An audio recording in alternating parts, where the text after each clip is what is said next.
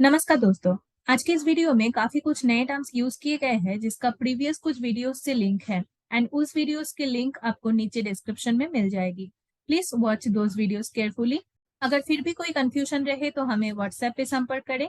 Number आपको description में मिल जाएगी। शेयर मार्केट की बेसिक टू एडवांस लर्निंग के लिए इस चैनल को सब्सक्राइब करिए। चलिए आज की वीडियो शुरू करते हैं। हम आज बात कर रहे हैं मल्टी टाइम फ्रेम कि हम इसको कैसे अपनी ट्रेडिंग में यूज करेंगे। ठीक है, मल्टी टाइम फ्रेम कंसेप्ट पे हमारी बातें चल रही हैं। अब यहाँ मल्टी टाइम फ्रेम के लिए काफी सारी टाइम फ्रेम हमारे पास अवेलेबल रहती हैं और ये कंफ्यूजन करती हैं कि कौन सी टाइम फ्रेम इंट्राडे के लिए बेस्ट है, कौन सी स्विंग के लिए। ज्यादातर हाँ, यहाँ जो ट्रेड कर रहे हैं वो इंट्राडे ट्रेडर है, क्योंकि मेरा चैनल इंट्राडे के बेसिस पे है। तो कौन सी टाइम फ्रेम इंट्राडे के लिए है, कौन सी इंट्राडे के लिए नहीं है, या कब कौन सी टाइम फ्रेम पे हमें ट्रेड करना चाहिए या कौन सी टाइम फ्रेम पे हमें देखना ही नहीं चाहिए। यहाँ हमारे 1 मिनट से लेके 1 मंथ तक, यानी कि 1 मिनट से लेके 1 मंथ तक का एक कैंडल का डाटा भी हमारे पास अवेलेबल है। अगर हम 1 मंथ का डाटा खोलेंगे तो इस विंडो में, जो ये व्हाइट विंडो है, पूरी व्हाइट विंडो यहाँ से लेके यहाँ तक, आपको कई साल का डाटा मिल जाएगा। अगर वहीं हम एक डे का खोलेंगे तो ये 1 साल का लगभग का डाटा आ सकता है। और वहीं हम 1 मिनट का खोलेंगे तो शायद 1 या 2 दिन के अंदर ये डाटा सिमट जाएगा इसी विंडो के अंदर। यानी कि हम कितना डाटा देख पा रहे हैं, ये टाइम फ्रेम यानी कितना दूर तक का डाटा हम देख रहे हैं, ये हमें ये छोटी से बड़ी टाइम फ्रेम पे निर्भर करता है। अब हम इनको यूज कैसे करें अपने इंट्राडे में, ठीक है? तो हम पहले ये देखेंगे कि टाइम फ्रेम की वैल्यूज क्या है। अब यहाँ पे देखते हैं, ये 1 दिन की टाइम फ्रेम है, ये 1 घंटे की टाइम फ्रेम है, ये 15 मिनट की टाइम फ्रेम है, ये 1 मिनट की टाइम फ्रेम है। यानी कि इसकी एक कैंडल इसके 15 कैंडल के बराबर होगी और इसकी 4 कैंडल इसकी एक कैंडल के बराबर होंगी। यानी कि इस डाटा में अब हम देखते हैं, देखो हम एक काम करते हैं, कुछ टाइम फ्रेम को, 1 दिन की टाइम फ्रेम को सिलेक्ट कर लेते हैं। जैसे आज 21 तारीख थी, यहाँ से ये टाइम फ्रेम का पूरा डाटा हम सेलेक्ट करते हैं, तो समझने में, बेसिक समझने में ईज़ी हो जाएगा। अब हम इस डाटा में देखते हैं कि ये 1 दिन का डाटा है, 1 मिनट की टाइम फ्रेम पे, ये 15 मिनट की टाइम फ्रेम पे, ये 1 घंटे की टाइम फ्रेम पे और ये 1 दिन की टाइम फ्रेम पे, ठीक है? अब आप यहाँ देखोगे कि 1 दिन पे डाटा जो हमारे पास आ रहा है, जो चार्ट हमें डाटा प्रोवाइड कर रहा है, वो सिर्फ़ कुछ इन्फॉर्मेशन है कि इसका लो पॉइंट क्या रहा, इसका ओपनिंग पॉइंट क्या रहा, इसका क्लोजिंग पॉइंट क्या रहा और इसका हाई पॉइंट का क्या रहा। हमें छोटी-सी इन्फॉर्मेशन मिली है। अब इस एक कैंडल के दौरान हम स्विच करते हैं इससे थोड़ी-सी छोटी टाइम फ्रेम पे।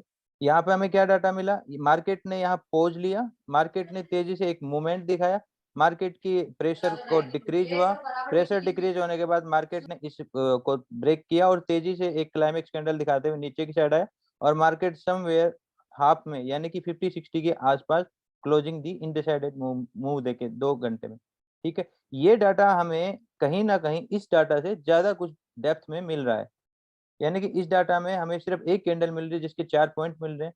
यहाँ पे हमें उस एक कैंडल के दौरान हुए सारी घटनाओं का लगभग मोटा-मोटी खबर मिल रही है। अब अगर हम इससे इस छोटी टाइम फ्रेम में हम स्विच करते हैं, अब यहाँ पे हमें क्या देखने को मिल रहा है?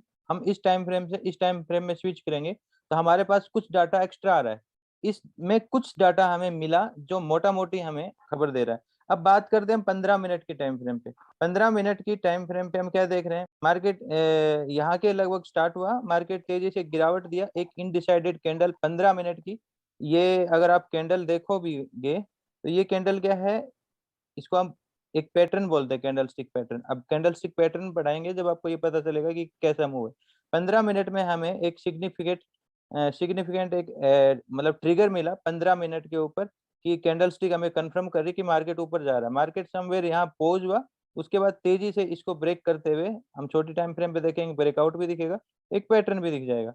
उसके बाद में मार्केट ने इसको तेज़ी से ब्रेक किया, तेज़ी से ऊपर निकल गया, जो कि क्लोजिंग वाला जो जगह था और हाई के आसपास, यहाँ के आसपास मार्केट ने होल्डिंग करी, उसको ब्रेक किया, तेज़ी से ऊपर की साइड गया, यहाँ ज़ोन शिफ्ट हुआ, ज़ोन शिफ्ट होने के बाद में मार्केट ने यहाँ इसके ऊपर ठहराव लिया और वहीं के आसपास से ठहराव लेते हुए धीरे धीरे धीरे धीरे पोज लिया। पोज लेने के बाद में नीचे की साइड आया और यही 50 के आसपास आके मार्केट ने क्लोज किया है। ठीक है, ये डाटा हमें कौन दे रहा है? 15 मिनट हमें ये डाटा दे रहा है। यानी कि एक दिन की कैंडल से ज्यादा डाटा हमें 1 घंटे में मिला, उससे ज्यादा डाटा हमें 15 मिनट में मिला। और यही चीज अब देखो क्या फर्क आता जा रहा है। आप ये इनकी डेप्थ में जाओ, मार्केट ही आपको सिखा रहा, मैं नहीं सिखा रहा। मार्केट तो सिखा रहा, मैं सिर्फ आपको आपके सामने वो तस्वीर रख रहा हूँ, आप उसको समझो। ठीक है, अब हम बात कर रहे हैं कि 15 मिनट को स्विच कर जाते हैं 1 मिनट में। आप इससे कंफ्यूज मत हो कि ये पजल वाला टाइम है, ये सही वाला टाइम है, इस पे ये करना चाहिए, इस पे शोर कम है, ऐसा कुछ नहीं। आप समझोगे तो मार्केट की टोन को हर जगह मैच करोगे। अब हम यहाँ क्या देख रहे हैं, हम स्विच कर रहे हैं एक दिन से 1 घंटा, 1 घंटा से 15 मिनट और 15 मिनट से 1 मिनट में। अब जो डाटा आपको यहाँ जो तस्वीर दे रहा था, जो डाटा आपको यहाँ तस्वीर दे रहा था, यहाँ आपको थोड़ा सा डेप्थ डाटा मिल रहा था, अब यहाँ पे आपको और डेप्थ डाटा मिलेगा। मार्केट कहीं यहीं स्टार्ट हुआ, ऊपर की साइड गया, मार्केट तेजी से गिरावट दी, मार्केट ने पोज लिया, मार्केट ने यहाँ जाके एक पैटर्न बनाया है, मार्केट ने होल्डिंग करी, उस पैटर्न को मार्केट ने ब्रेक किया, मार्केट उसी पैटर्न के आसपास थोड़ा ठहराव लेके रिटेस्ट करके ऊपर जाता है, एक पैटर्न ऊपर और बनाता है जो हम फ्लिक पैटर्न बोलते हैं, उसके बाद में मार्केट देते हैं, उसी को रिटेस्ट करते हुए मार्केट वहां ठहरता है। यहाँ पे कई सारे पैटर्न्स और बन जाएंगे अब देखोगे तो। ठीक है, तो यहाँ पे अपने को छोटी टाइम फ्रेम पे बहुत सारा डाटा मिल रहा है, अपने को रेसिस्टेंस सपोर्ट डेप्थ में मिल रहा है, यहाँ ज्यादा रेसिस्टेंस सपोर्ट नहीं मिलेंगे। ठीक है, अब यहाँ पे अपने को डाटा ज्यादा मिल रहा है, और उसके बाद में हम यहाँ पता है मार्केट क्या करता है, मार्केट अगर इस जगह से ऊपर की साइड जाता है, कंटिन्यू करता है, तो एक पैटर्न दूसरे पैटर्न को कनेक्ट करता है, दूसरा पैटर्न तीसरे पैटर्न को कनेक्ट करता है, और मार्केट उसमें स्विच होता है। मार्केट अपने वे को मतलब डाउन फ्लो से डाउन फ्लो को कनेक्ट करने में भी पैटर्न बनाता है, और डाउन फ्लो से अप फ्लो में स्विच होने के लिए भी पैटर्न बनाता है। लेकिन ये पैटर्न आपको अगर देखने हैं तो आपको पैटर्न सबसे ज्यादा पैटर्न कहाँ दिखाई देंगे? 1 मिनट के अंदर। आप यहाँ आज के दिन में मैं देखूंगा काफी सारे पैटर्न, काफी सारा डाटा आपको 1 मिनट में मिलेगा। लेकिन वही डाटा अगर हम यहाँ देखेंगे तो आपको यहाँ पे बहुत कम पैटर्न्स दिखाई देंगे, क्योंकि आपके पास कुछ कैंडल्स का डाटा है। ठीक है, आप देखोगे यहाँ कुछ कैंडल्स का डाटा है, यहाँ देखोगे और भी कम कैंडल्स का डाटा है। तो आपको अगर स्विंग ट्रेडिंग करनी है, आपको और ज्यादा लंबे समय के लिए ट्रेडिंग करनी है, तो शायद ये चीज ना हो के इसमें आप ट्रिगर फिर भी रिफाइन करके बेटर ले सकते हो, लेकिन ये टाइम फ्रेम फिर आपके लिए शायद सही होगी, ये टाइम फ्रेम सही है। लेकिन हम इंट्राडे में काम करते हैं, और मैं तो ये भी कहूंगा कि अगर जो स्विंग भी करता है, पोजिशनल भी करता है, अगर वो इस चीज को अच्छे से समझता है 1 मिनट को, तो आप अपनी एंट्री को बेटर प्लेस पे ट्रिगर कर पाओगे। आप मेरा मोटी कहना क्या है, आपको बड़ी टाइम फ्रेम क्या देता है? आपको बड़ी टाइम फ्रेम बड़े समय के लिए क्लियर विजन देता है कि मार्केट हो सकता है कि एक दिन के मार्केट के अंदर कोई डाउन ट्रेंड चल रहा है, और वही 1 घंटे के अंदर अप साइड चल रहा होगा एक छोटे टाइम फ्रेम में, जो शायद इसकी एक कैंडल बनेगी और 15 मिनट या 1 घंटे के अंदर उसकी 3 4 कई कैंडल बन जाएंगी, और हो सकता है कि वो आपको अप साइड में दिखाई दे। और वही अगर आप और छोटी टाइम फ्रेम में आओगे, 15 मिनट में या 5 मिनट में आप स्विच हो जाओगे, शायद ये वापस से डाउन साइड का थोड़ा सा दिखाई दे, और 1 मिनट में तो आपको कई सारे चीजें पैटर्न कनेक्टिविटी दिखाई देगी। तो आप इसको हैंडल कैसे करोगे? मेरा कहने का मतलब है मोटी टाइम फ्रेम यानी कि बड़ी टाइम फ्रेम यानी कि बड़ा समय, 1 महीने का भी आप ले सकते हो, 1 वीक का भी आप ले सकते हो, 1 दिन का भी आप ले सकते हो। लेकिन आप 1 महीना 1 वीक लेके आप एक दिन में इंट्राडे अगर आप 5 10 मिनट में स्केल कर रहे हो तो कभी नहीं कर सकते। लेकिन मेरे लिए अगर आप इंट्राडे कर रहे हो और कुछ समय के लिए ट्रेड उठा रहे हो, तो एक दिन का हम एनालाइज करते हैं, 1 घंटे का एनालाइज करते हैं, 15 मिनट का एनालाइज करते हैं। ये अपन ने जो टाइम फ्रेम सिलेक्ट कर रखे जो मैं करता हूँ, ठीक है, 15 मिनट पे, और लास्ट में मैं ट्रिगर किस पे करता हूँ? 1 मिनट के ऊपर। तो मेरे लिए ये टाइम फ्रेम ट्रेड करने के लिए नहीं है, ट्रेड करने के लिए मेरे लिए टाइम फ्रेम कौन सी हुई? 1 मिनट। ये चीज तो मैंने बता दिया कि आपको कि ये टाइम फ्रेम क्या कनेक्टिविटी दे रही है, और शायद ये सबको क्लियर भी हो गया होगा क्या कनेक्टिविटी देती है। अब हम यहाँ क्या देख रहे हैं कि आपका एक दिन का टाइम फ्रेम, 1 घंटे का टाइम फ्रेम और 15 मिनट का टाइम फ्रेम, ये आपका क्या होगा? ये आपका होगा व्यू क्लियर करने का। अब आप 1 मिनट पे कोई ट्रेड उठा रहे हो, ठीक है, आप उसको ट्रेल करना चाहते हो उसके प्रॉफिट को। हो सकता है कि एक दिन का देखो, अब मैं दिखाता हूँ, चलो मैं पहले मोटा मोटा ही बता देता हूँ। हो सकता है कि आपने इस पे व्यूज ले रखा है मार्केट पे बड़ी टाइम फ्रेम की, मार्केट अप ट्रेंड का है, अप ट्रेंड का है। 1 मिनट आपको कोई डाउन पॉइंट दे रहा है जिसके ऊपर आप बाय उठा सकते हो, यानी कि मार्केट के ट्रेंड के साथ हो सकते हो। मार्केट आपको डिस्काउंट प्राइस पे मिल रहा है, ठीक है। आपने ये चीज व्यू कहाँ से लिया है कि मार्केट अप ट्रेंड का है, ये बड़ी टाइम फ्रेम से। अब आप यहाँ क्या कर रहे हो, आप यहाँ डिस्काउंट देख रहे हो, यानी कि आप कहते हो ना कि sell on rise, buy on dip. तो इसका मतलब क्या है, आप स्विच हो रहे हो फिलहाल छोटी टाइम फ्रेम पे और डिप ढूंढ रहे हो और पैटर्न ढूंढ रहे हो। आपने यहाँ देखा होगा कि यहाँ पैटर्न ज्यादा बनते हैं बजाय इसमें। इसके पैटर्न आप, इसमें भी पैटर्न बनते हैं, इसमें भी पैटर्न बनेंगे, लेकिन इसमें पैटर्न बनने के लिए आपको कई दिन लग जाएंगे शायद। ये आप देखोगे ये 15 तारीख, 16, 17 तारीख, 21 तारीख, काफी दिन हो गए। इसके बीच में आपको अगर कोई पैटर्न मिलेगा तो काफी दिन लगेगा, आप उसको ट्रेड इंट्राडे नहीं कर पाओगे। लेकिन आप इसमें एक ही दिन के अंदर, सिर्फ ये जो सिलेक्टेड टाइम फ्रेम है एक दिन की, इसके अंदर कम से कम आपको 8 से 10 पैटर्न मिल जाएंगे। और यहाँ पे देखोगे, आपको देखो एक कैंडल स्टिक पैटर्न मिल रहा है यहाँ पे, ठीक है। यहाँ पे मार्केट है रहा है, तो यहाँ पे कुछ पैटर्न मिल सकते हैं, ठीक है। 1 या 2 पैटर्न आपको मिल सकते हैं, चाहे वो कैंडल स्टिक हो या चार्ट पैटर्न हो। यहाँ पे आपको कैंडल स्टिक बहुत ज्यादा मिलेंगे, चार्ट पैटर्न बहुत ज्यादा मिलेंगे। और आप ये भी जानते हो कि अगर आपका डायरेक्शन सही है, अप डायरेक्शन का मूवमेंट है, आपको अपसाइड में लेना है और आपको ज्यादा ट्रेडिंग नहीं करनी है, तो आप 1 मिनट पे उसमें इन टाइम फ्रेम्स के अकॉर्डिंग आके डेप्थ में आओगे। और फिर आप उसको वहां अपना कोई भी पैटर्न मिले, एक छोटा एसएल ट्रिगर करो। जैसे मैं ब्रैकेट प्ले के बारे में बात करता हूँ, जो मेरे टास्क कर रहे हैं अभी व्हाट्सएप के, वो ब्रैकेट प्ले जानते हैं, ठीक है। तो ब्रैकेट प्ले का कॉन्सेप्ट देता हूँ। अब ब्रैकेट प्ले क्या होता है कि एक छोटा सा एसएल एरिया, छोटा सा एसएल एरिया और बड़ा टारगेट, और हम उसको प्ले कर रहे हैं। हमने तय कर दिया कि हम कंजूस है, मार्केट को देंगे तो कम से कम देंगे और मार्केट से लेंगे तो ज्यादा से ज्यादा लेंगे, ठीक है। और वो चीज हमें व्यू क्लियर कहाँ से हो रहा है, बड़ी टाइम फ्रेम से। छोटे टाइम फ्रेम के ट्रिगर्स हम छोटे टाइम फ्रेम पे देख रहे हैं, छोटे टाइम फ्रेम के ट्रिगर्स के अकॉर्डिंग हम छोटे एसएल और बड़े टारगेट लेके जा रहे हैं। तो ये सारा का सारा जो सिस्टम है, ये टाइम फ्रेम मैनेजमेंट है, यानी कि जिसको हम बोलते हैं मल्टी टाइम फ्रेम का मैनेजमेंट। हम इनको मैनेज करके, जैसे आज के ही उदाहरण को हम ले लेते हैं, मैंने शायद आपको ग्रुप में भी डाला था। वैसे तो मैं ये एनालाइज आपको डेली देता रहता हूँ। अब इस एनालाइज के हिसाब से जैसे मैं बताता हूँ कि मार्केट कहीं ना कहीं बड़ी टाइम फ्रेम पे एक चैनल में चल रहा है, उसके मिड में आ रहा है, ये ट्रेपिंग का जगह हो सकता है। और 15 मिनट ने हमें क्लियर भी किया, यहाँ के लगभग क्या क्लियर किया, यहाँ पे अपने को एक पैटर्न दिख रहा है कैंडल स्टिक, उसके बाद में मार्केट बहुत तेजी से ऊपर गया, यहाँ कंसोलिडेट हुआ। यहाँ छोटी टाइम फ्रेम पे आपको पैटर्न मिलेगा, उसके बाद में आप ये भी कैच कर सकते हो, ठीक है। अब यहाँ क्या हुआ, आप अगर मेरे टास्क करते हो 15 मिनट वाला टास्क, तो अगर मैं इस वाले पे स्विच करता हूँ तो आप देखो एग्जैक्ट मार्केट ने इस लेवल में, इस जगह में और इस जगह में टच किया। इस जगह के बाद में मार्केट ने यहाँ क्या किया, मार्केट ने ट्रेपिंग क्रिएट की, मार्केट ने दिखाया कि मैं इस ट्रेंड लाइन को ब्रेक कर रहा हूँ। मार्केट इसी एरिया को रेसिस्ट कर रहा था, इस एरिया को रेसिस्ट कर रहा था। अब गेम क्या चल रहा है, रिटेलर को ये चीज नहीं दिखाई दे रहा। मेरा कहने का जब सवाल आप करना हो ना, मैं थोड़ा सा रुक जाऊं उस फ्लो को, तो आप सवाल कर सकते हो। अब यहाँ पे आप एक पैटर्न देख रहे हो कि ये टच मिल रहा है 15 मिनट पे, ये टच मिल रहा है, ये टच मिल रहा है। शायद आप इसको अगर नहीं समझ पा रहे हो, बेसिक है आपके लिए, तो आप बाद में सवाल कर सकते हो, कोई दिक्कत नहीं। ये अपना चैनल पैटर्न है, ये इसकी मिड लाइन है और ये इसकी बॉटम लाइन है, ठीक है। बॉटम में भी हमें 3 टच मिल रहे हैं और कहीं ना कहीं पीछे जाएंगे तो पीछे भी हमें टच मिल जाएंगे, ठीक है। अब इस चैनल के अकॉर्डिंग हमें ये देखने को मिल रहा है कि ये अपना एक रेसिस्टेंस है, ये वाला एरिया, और इस एरिया में ब्रेकआउट दिया है। अब हम कहते हैं ना ब्रेकआउट के बाद सस्टेनिंग होनी चाहिए। अब ब्रेकआउट के बाद में यहाँ के लगभग ये कितनी देर सस्टेन किया है, अगर आप देखो तो ये यहाँ से लेके यहाँ तक 5 से 6 कैंडल है और इसके ऊपर बना हुआ है।